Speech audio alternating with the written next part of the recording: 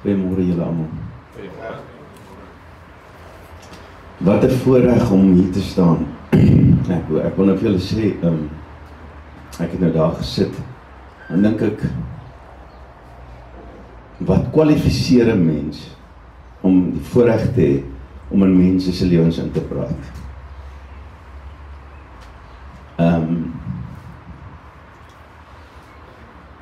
Ek dink baie mense dink iemand is belangrik.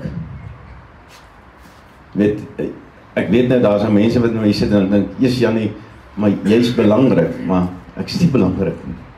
Ek is 'n ambassadeur, dis al wat ek is. En ek wil vir julle sê, ek het nou die oggend toe ek stilte tyd hou, toe staan daar, "We are ambassadors of Christ, that's all. We are ambassadors of Christ." En ek dink aan die job van 'n ambassadeur. Wat is 'n ambassadeur? Nou daar in Midstream waar ons bly, nou mag mense dink, bly jy in Midstream? Dan wil ek vir jou sê, die miracle wat in my lewe gebeur het, sodat ek 'n herf in Midstream kon koop. Ek wens ek kan jou vertel daarvan. Want onmiddellik dink mense, maar jy's nou hierdie, die pad om by daai erf uit te kom was absoluut. 'n vriend het my opgetel daar in Rooiskral waar ek gedraf het. En ek en my vrou was op 'n baie slegte plek in ons lewe. Ons het nie geld gehad nie. Ek het nie werk gehad nie. Ek was arm. En ek het my vrou verneek en ek is in pornografie en al hierdie goeders. En my lewe was in shackles. En hier stop 'n vriend by my en sê vir my, "Jannie, ek gaan volgende week maandag gaan ek vir my 'n erf kry daar. Dis 'n nuwe ontwikkeling wat uitkom. Wil jy saam met my kom?" Nou ek het die ou jare laas gesien. En ek sê vir hom, "Ja, ek het niks om te doen nie.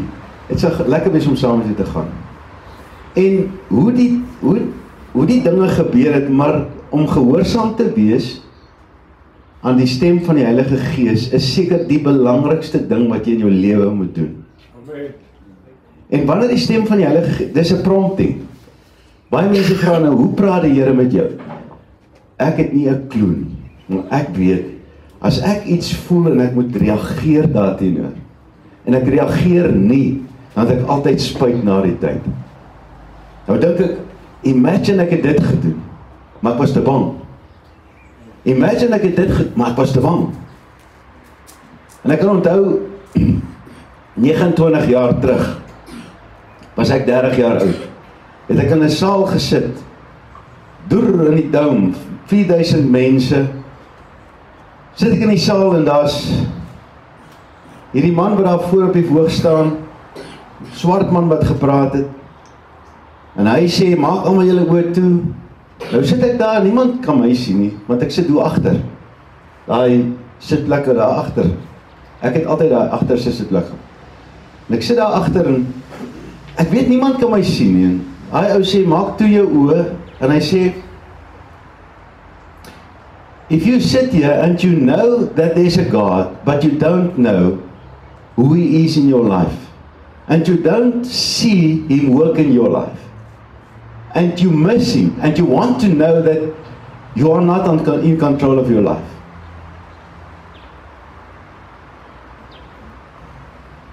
and that you need God, because you're lost." Nou, hy het so spat aan met my gepraat, ek het daar gesit en gesê, "Maar jy praat met my, ek is verlore, ek weet daar is 'n God, ek het in die kerk groot geword, die kerk het my verskriklik teleurgestel." Ek gaan nou nie daaroor praat nie, maar die teleurstelling wat ek in kerk en in mense gehad het, het gemaak dat ek eintlik heeltemal godloos geraak het, sonder God geraak. En ek het daar gesit en ek geweet, hy praat met my, en hy sê toe, "If it's you, put up your hand. Just give me an indication." En ek kon nie my hand opsteek nie. Ek het daar gesit en ek was te bang dat mense gaan sien, dis ek. En toe cheat ek, toe loer ek. En toe sien ek, maar my magtig Jannie, jy dink jy's braaf. Kyk na al hierdie mense wat brawer is as jy, hulle steek hulle hande op. En op daai oomblik het ek geweet, die Heilige Gees praat so hard met my, en toe sê die Heilige Gees my, jy kan maar loer ook. En toe loer ek, toe sê die Heilige Gees my, hierdie ouens, jy dink jy is braaf, jy is hierdie rugbyman, en jy speel en goed, maar hierdie ouens het meer guts as jy. Steek op jou hand. En ek kan onthou, ek steek my hand op, spuit die trane, en dit was 'n embarrassing vir my, want ek het groot geword in Suid-Afrika waar jy huil nie, jy's 'n man, en dit was embarrassing, maar gelukkig, toe is daar al reeds 'n klomp mense wat vorentoe stap, en hier sit my vrou langs my, en ek en sy is op pad om te skei, ons lewe is nowhere, en ek staan op en ek stap voor, ek kan onthou, my vrou was so verbaas om my te sien, gehoorsaam wees aan die stem van die Heilige Gees, want ek was nog nooit nie. En daai was seker die beste besluit wat ek in my hele lewe geneem het. Want toe ek die Here koning maak van my lewe, toe ek hom vra, Here, ek moes hardop praat, en ek wil dit vir julle sê, dis vandag vir my baie moeilik, om dit te doen wat julle nou gedoen het, om te sit, en saggies te bid in jou kop. Ek word verboureerd as ek saggies moet bid in my kop, want dan hoor ek dit nie. En ek wil dit met julle deel, want dit is so belangrik. Ek het van kleins af geleer, bid vir die Here, maar jy hoef nie hardop te praat nie, want die Here weet wat jy dink. En ek het dit my hele lewe gemaak. Ek het altyd gedink, ek bid. Ek hoop julle hoor wat ek sê. Ek het gedink, ek bid. Totdat die waarheid nou in my lewe duidelik is. Gebed beteken 'n gesprek met God.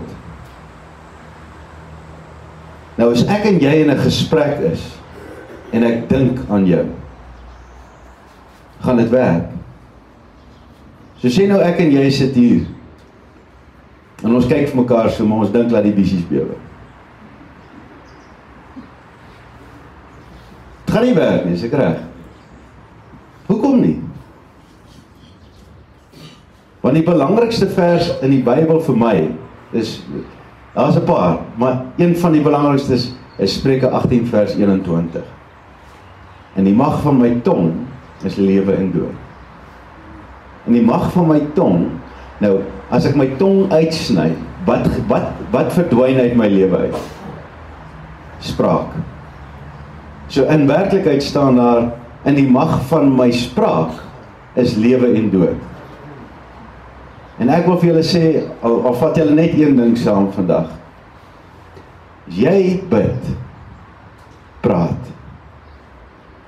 Want die Here weet lankal wat jy wil praat. Dit kan ek reguit vir julle sê. Die Here weet lankal wat jy vir hom wou vra. Gebed is soos doop. Hoekom het ek my vrou onsself laat doop, toe ek 'n groot mens was, in 2000, die jaar 2000. Dis 'n teken, dis 'n bevestiging van, dis hoekom ek myself laat doop het. Dis nie asof ek nou verander as gevolg van die water, dis 'n commitment wat ek maak. Nou wanneer jy bid en jy praat met God, is dit die commitment wat jy maak, om te praat met 'n God wat jy nie kan sien nie.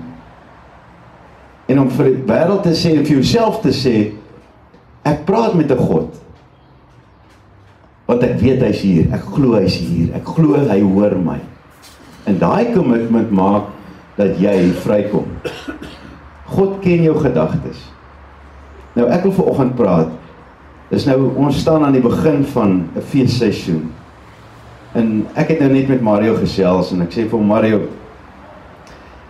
Satan is los buitekant in hierdie wêreld.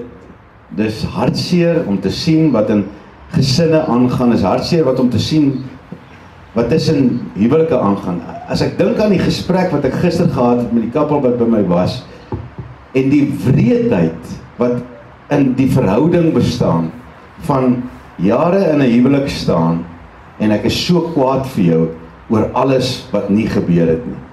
Nou is ons in die huwelik, maar ons is 'n bitter kappel, ons is nie 'n beter kappel, ons is 'n bitter kappel, en ek gun jou die, en die man, ek sê te vir hulle, sien julle kans om hierdie eenvoudige oefeningkie te doen? En ek gaan vir julle sê wat is die oefening toe. Want ek het die twee mense nou gesien, en ek het gesien, maar hier's net een groot ding, hier's 'n fight aan die gang. En daar is geen wenner in 'n fight nie. Hierdie fight gaan oor, wie is reg in hierdie twee huwelik. En ek sê te vir hulle, ek gaan vir julle neerskryf, wat julle vir my gesê het, julle hoop gebeur uit die huwelik uit. Want ek het hulle gevra, skryf my boodskap, en dan skryf julle daar, wat hoop julle gebeur met julle huwelik? Wat hoop julle gebeur met julle huwelik? Nou, ek gaan nou nie vir julle sê wat hulle geskryf het nie. Maar die een party het geskryf, ek hoop hy verander dit. Ek hoop, so die vrou het geskryf, ek hoop hy verander dit, ek hoop hy verander, ek hoop hy, en alles gaan oor die ander persoon.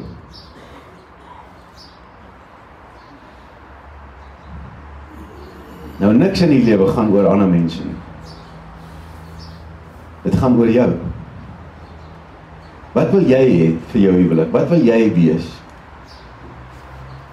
En ek en my vrou, ons het deur God se genade daai naweek 29 jaar gelede het ek die Here gevra om koning te wees van my lewe. Maar ek het dit verbaal gedoen. Ek het daar voor gaan staan tussen al die mense, en daai ou het hierdie woorde gesê, if you come to the front and you want to ask God, you ask him verbally. Because your ears need to hear your voice. Because when your voice speaks and your ears hear, that's when something ignites within you. When you think and you hear nothing, nothing ignites within you. So die stem, jou stem, steek iets aan die brand binne. So die sleutel van gees, die sleutel daarvan, is wanneer ons praat. En dis nou die jammerte van 'n kerk. En ek wil dit vir julle sê, ek dink hier's besig om, hierdie is nie 'n kerk nie, maar hierdie is 'n bediening.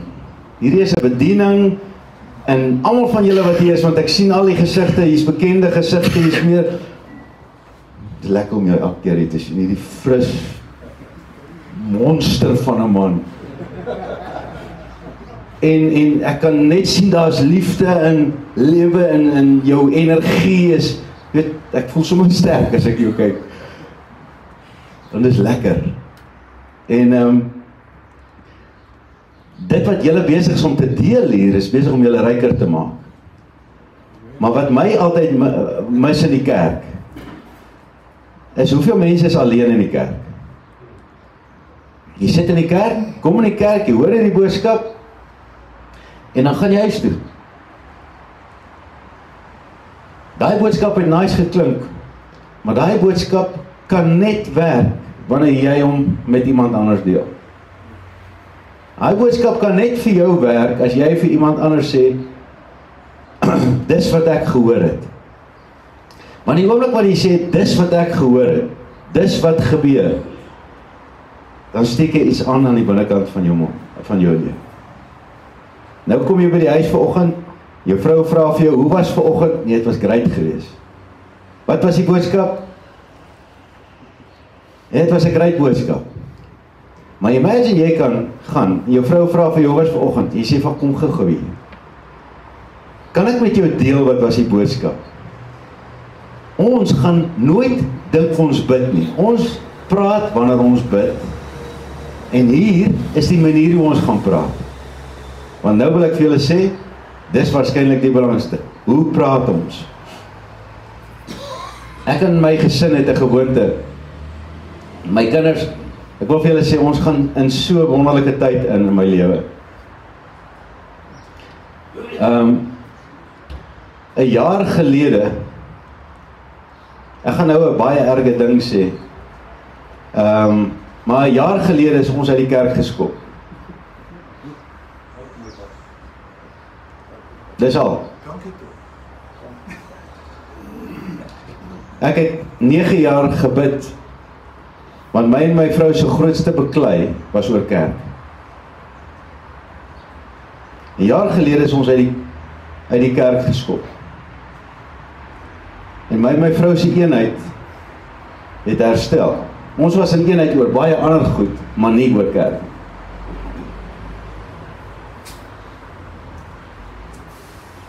En ons lewe het so radikaal verander, want ons kinders is deel van ons eenheid. En die Here het so vinnig ons lewe kom verander. My dogter trou 6 Desember. Nou, ons klim Sondag op die vliegtuig. Die 6de Desember trou my dogter met 'n incredible jong man. En die 6de Januarie trou my seun met 'n onbeskryflike, wonderlike vrou. Hoe kan in 'n maand trou al twee my kinders, in 'n maand gaan ons in 'n nuwe seisoen van ons lewe in, nadat ons ek en Mario so lekker gesels vanoggend van die uitdagings van lewe. Almal van ons gaan deur uitdagings gaan. Maar wat is dit wat jy in jou gesin doen? Hoe bou jy eenheid in jou gesin? Nee. Hierdie is die gedagte wat ek vanoggend met julle wil deel. Niks in ons lewe kan ons op ons eie reg kry nie. Niks in ons lewe kry ons op ons eie reg nie. Jy is altyd deel van 'n span, en dit staan in Deuteronomium 32 geskryf. Weet nie wat die vers nie, maar dit is in Deuteronomium 32, staan daar. Hoe is dit dat een sterk man 1000 kan verslaan, maar 2 kan 10.000 verslaan? En dis die woord sinergie. Sinergie beteken spanwerk, eenheid. Ek kom met iemand anders. Waarom het die Here vir Eva gemaak? Dink gou mooi, wat het die Here gesê? Adam, hier sê, toe kyk hy na Adam, toe sê hy, toe weet die Here wat kom. Toe weet die Here, Satan gaan kom. Toe weet die Here van die sondeval. Toe sê hy, ek moet vir jou nie 'n maat maak nie, 'n hulp maak. Toe maak hy vir Eva as 'n hulp vir Adam. Want hy het geweet, Adam en Eva, al maniere hoe hulle Satan kan teenstaan, is as hulle 'n span is. As hulle alleen is, kan hulle nie. Maar as hulle 'n span is, dan kan hulle. Een kan 1000 laat vlug, 2 kan 10.000 laat vlug. So Adam en Eva moes in eenheid staan. Toe Satan gekom, en Adam en Eva laat twyfel, dis al. Hy het hulle net laat twyfel, toe gee Adam en Eva die heerskappy van hierdie aarde waarop ons bly, vir Satan. God het ons aangestel, en toe Satan die heerskappy gekry, toe Adam en Eva dit vir hom gegee. En in 1 Johannes 5 vers 19, julle kan dit gaan lees, daar staan, ek het altyd gedink die Here heers, en ek moet die Here vra om my te kom help en alles. En dis hoekom die Here nooit my gehelp het, toe ek hom gevra het om my pa terug te bring en my ma gesond te maak en ons huis te herstel. Ek het altyd gevra, Here verander my lewe, Here verander my lewe. Vandag wil ek vir julle sê, wanneer jy glo Jesus Christus het vir jou gesterf, dan is sy krag binne in jou, sodat jy Satan kan teenstaan. Dis hoe dit werk.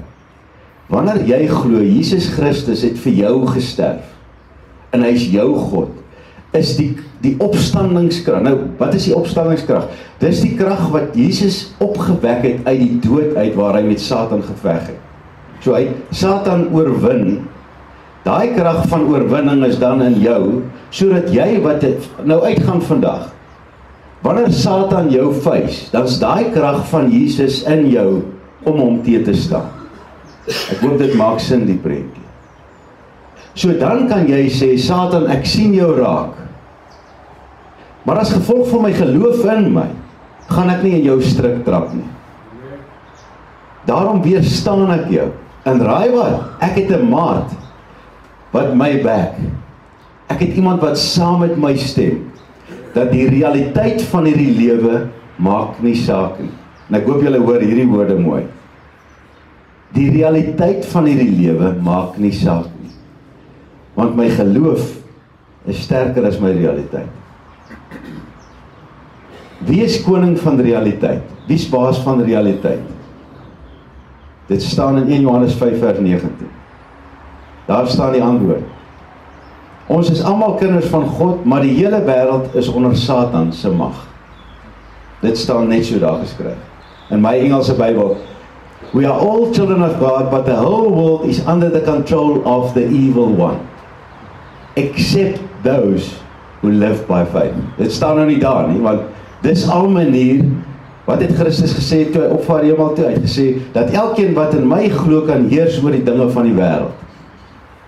Dis eenvoudig, dat as jy in my glo, kan jy heers oor die dinge van die wêreld. So wat is geloof? En hier gaan ons nou by die oefening van vandag kom. Wat is geloof?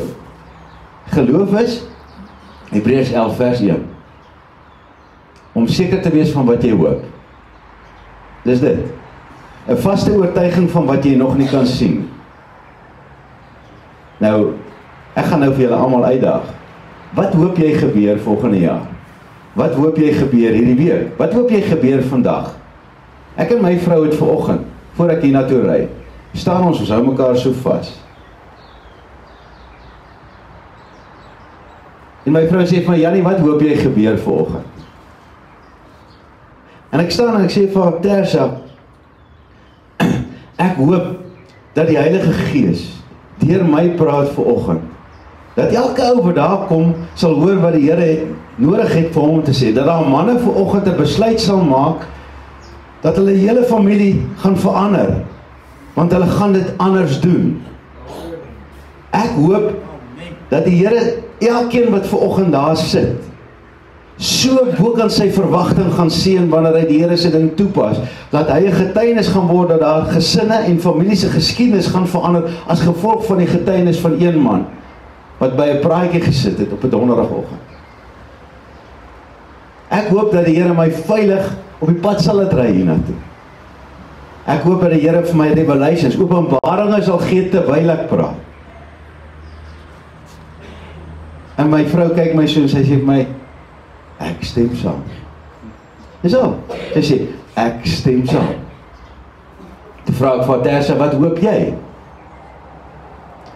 En toe begin sy met my praat, en sy sê vir my, wat sy hoop vir my, en wat sy hoop vir haarself. En ek het daar so gekyk, en ek het vir haar gesê, my darling, ek stem saam. Dit gaan werk, dit gaan great wees. Bye! En daar ry ek. Die eenheid van daai oomblik is so amazing. Nou wil ek vir julle vra, wat hoop jy? Baie van ons dink ons weet wat ons hoop. Maar ek wil vandag vir julle 'n werk gee, of 'n uitdaging gee. Nie 'n werk nie, 'n uitdaging. Wanneer julle vanoggend huis toe gaan, of wanneer jy werk toe gaan huis toe, gaan sê vir jou vrou, kom ons skryf vandag gou neer, wat ons hoop gebeur met ons. Nou, ek het nie, ons het 'n boekie, ek en my vrou, ons het 'n boekie, waar ons, as ons 'n besluit maak, dan skryf ons die besluit neer. Want ons gaan nie die besluit onthou nie. Ons gaan hom weer lees, ons gaan herinner mekaar gedurig aan wat ons besluit, ons skryf dit nou neer. Want dis waar ons eenheid is. Nou in daai boekie het ons Sondag gesit en ons het hierdie ding neergeskryf. Wat hoop ons gebeur? Wat hoop ons gebeur? Nou ek gaan nou vir julle sê, wat hoop ek gebeur? Nou wat ek nou doen is, ek is besig om jou brein te stimuleer, sodat jy moet antwoorde dink, wat is jou hoop? Ons vlieg nou Sondag Amerika toe, want dis waar my dogter gaan trou. Sy trou met 'n Amerikaner. Hy is 'n amazing kind van die Here. Hy was ook vasgevang vir 'n jaar en 'n half. Daar het hulle mekaar ontmoet. Dis 'n ander storie vir 'n ander dag.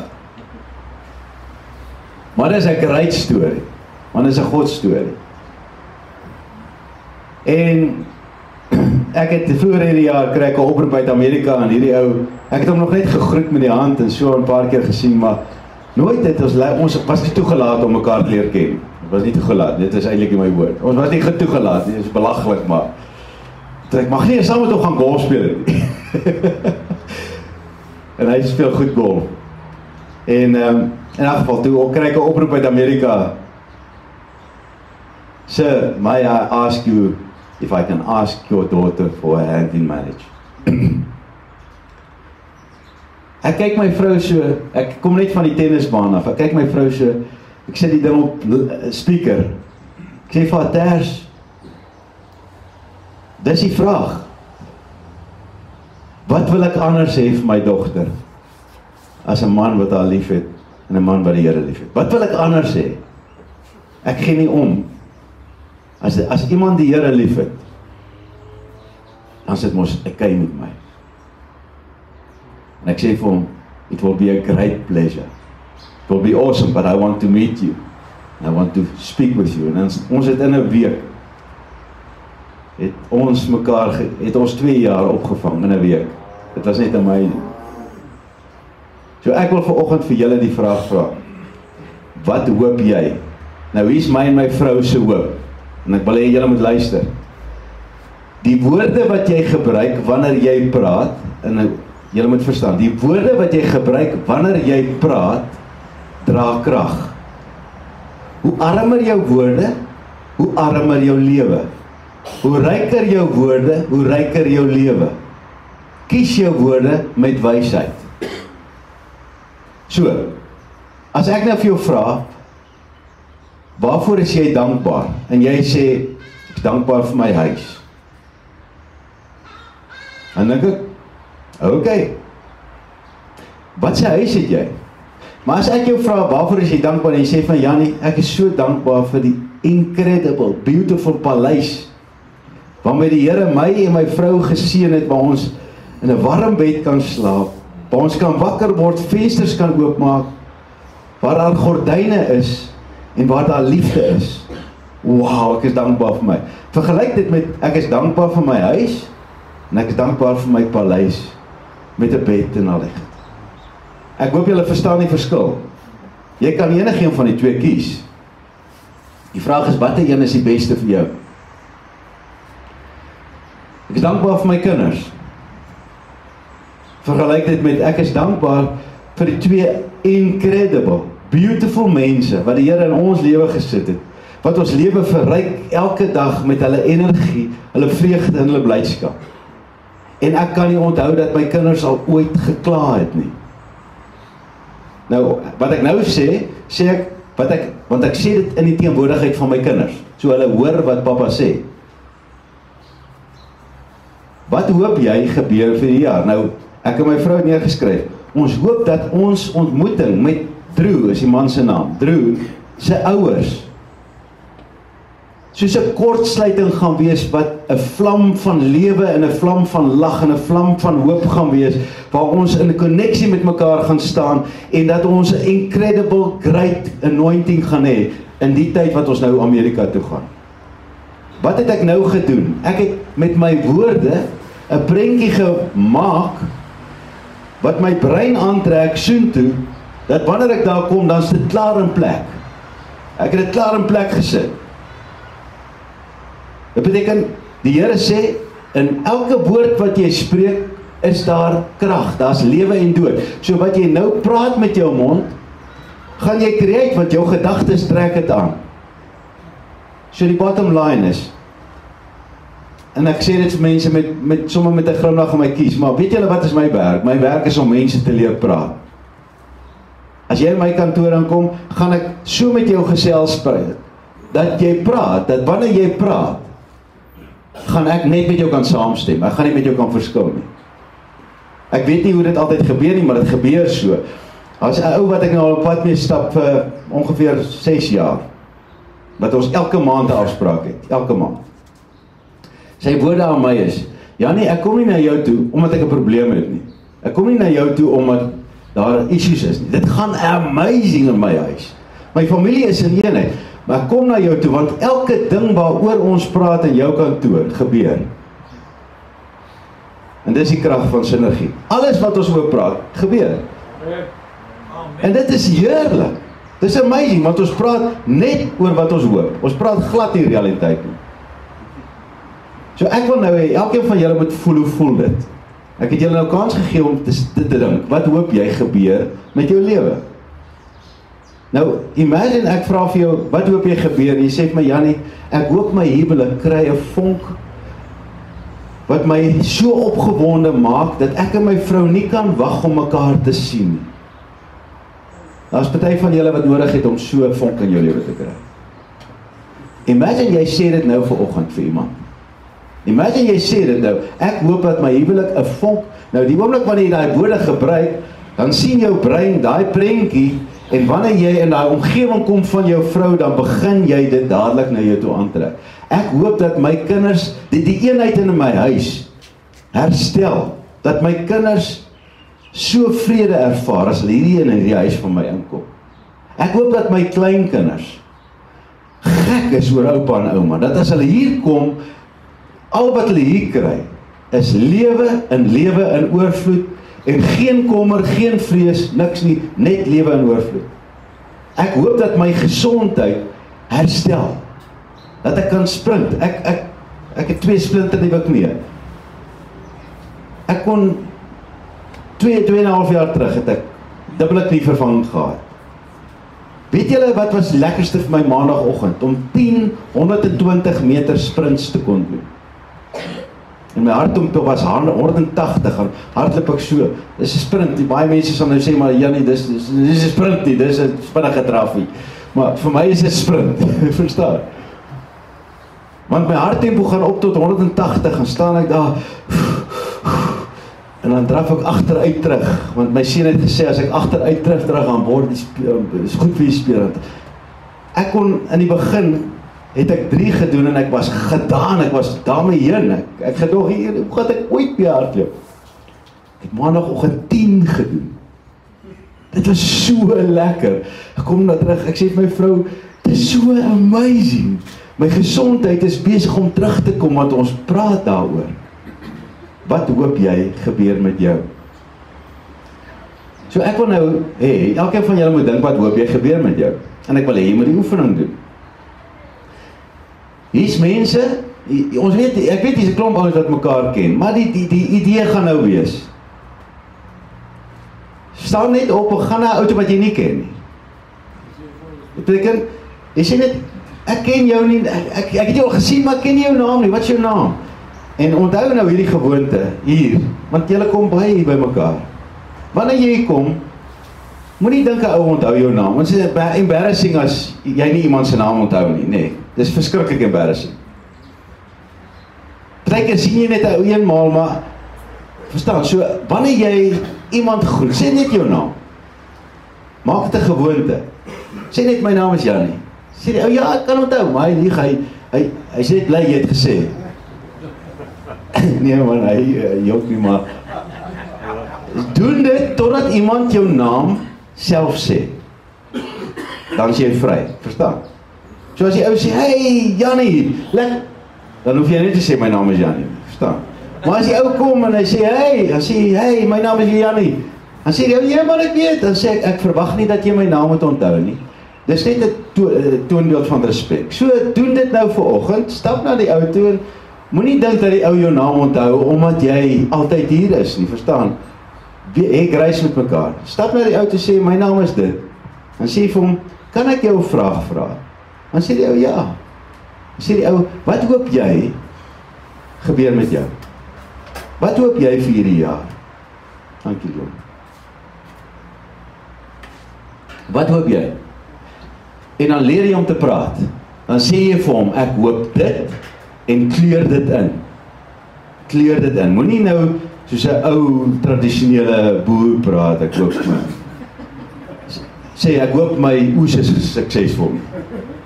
Sê, ek hoop dat die reën op kom weer regte tyd, dat daai oes, daai plantjies so uitkom, dat die blommetjies kom, dat die bye kom. Ek hoop dat my plaas floreer, my blom. Jy moet hom inkleur. Dat daai ou se mond water as hy luister na jou.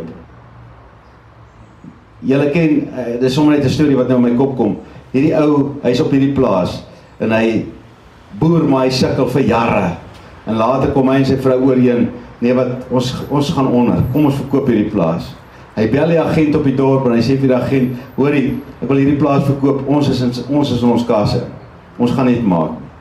En die agent kom uit en hy vat die agent deur die plaas en die agent maak aantekeninge en so aan en die boer sê vir hom, skryf 'n advertensie en dan sit jy die plaas in die mark. En die agent bel die boer 'n dag later en hy sê, meneer, ek het 'n advertensie geskryf, ek wil net hê jy moet dit lees en net seker maak dat alles reg is. En die boer kyk, hy lees die advertensie en terwyl hy die advertensie lees, begin die trane so uit sy oë uitloop.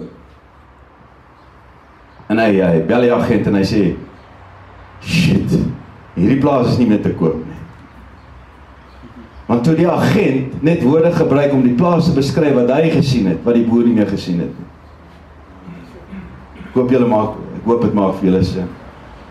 Daai boer het gesit op die paradys, maar hy het dit nie meer raak gesien nie.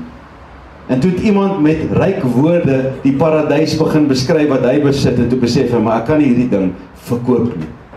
Want waar gaan ek dit weer kry? So leer om soos 'n eiendomsagent te beskryf wat jy het, wat jy wil hê.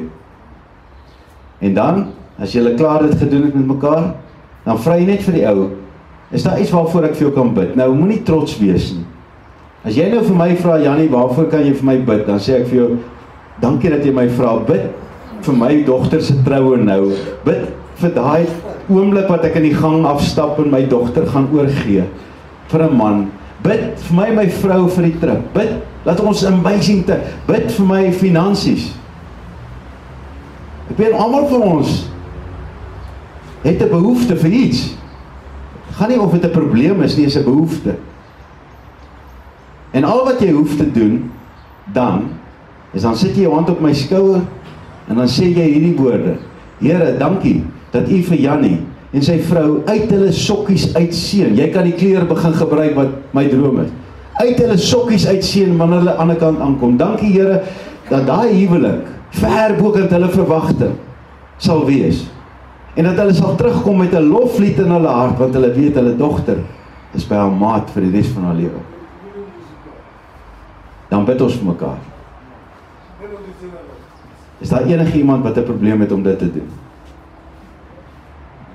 Dan sal ek vir jou bid. So kom ons doen dit nou. Ek weet nie hoe sluit julle af nie, Leon, maar nee, ons sluit dit af vir ons Vader. Ons hoop jy gaan nie terug kerk toe. Ek wil vir jou elkeen van julle nou sê, dis nou hoe ons vanoggend, ek wil hê jy moet iemand ontmoet vanoggend. Ek wil hê jy moet met iemand kommunikeer. En dan wil ek julle uitdaag om huis toe te gaan en vir jou vrou te kom sê, kom sit gou hier. Vertel my wat hoop jy? Dan luister jy wat sy sê. Dan sê jy vir haar, vra vir my wat hoop ek? Dan sê sy wat hoop jy? En dan verras jy haar. Maak dit sin? Dan verras jy haar met jou woorde. Dan sê jy vir haar, luister wat ek hoop. En dan gaan sy na jou kyk en sê, is jy alright? Sê vir haar, dis tyd dat ons weer die paradys waarin ons bly inkleer. Want al leef ons in 'n ewel wêreld, het ons die krag om te heers oor die ewel. Die krag van Christus wat in ons werk. En as ons twee saamstem, dan sien Satan sy gat. So, kom ons doen dit. Staan op. Vra die Here, Here, wys my net. Ek gaan so kyk na die manne, daai man, kom ek gaan na hom toe. En as iemand anders omvat, dan sê hey, ek sal nou iemand anders moet kry. En moenie wonder, wie gaan jou kom vat nie, vat jy iemand. En dan sê jy net, kan ek gou vir jou vra, wat hoop jy? Deel met hom. Jy gaan jou naam sê, en dan sê jy, is daar iets waarvoor ek vir jou bid? Bid ons vir mekaar. En dan kan ons verder lekker koffie drink en kuier hier. Ek gaan gou bid vir almal. Hemelse Koning, wat 'n amazing voorreg om vanoggend hier te staan en te weet, U is hier, want U sê daar wat 2 van julle vergader in my naam, daar is ek. O Heilige Gees, dit is so awesome om te dink dat U die God van die heelal, die koning van die heelal, vanoggend hier by ons is en dat U ons elkeen ken. Dankie Here dat U elke man wat hier is, sy hart ken. Dankie dat hier manne is, as hier 'n man nou vanoggend sit en hy sê, Here, maar ek het U nog nooit gevra om koning te wees vir my lewe nie, dat hy dit vanoggend sommer sal doen. Dat as hierdie maats nou by mekaar kom, dan sal hy sê, weet jy wat, ek wil gou die Here vra om koning te wees vir my lewe. En dan doen hulle dit saam.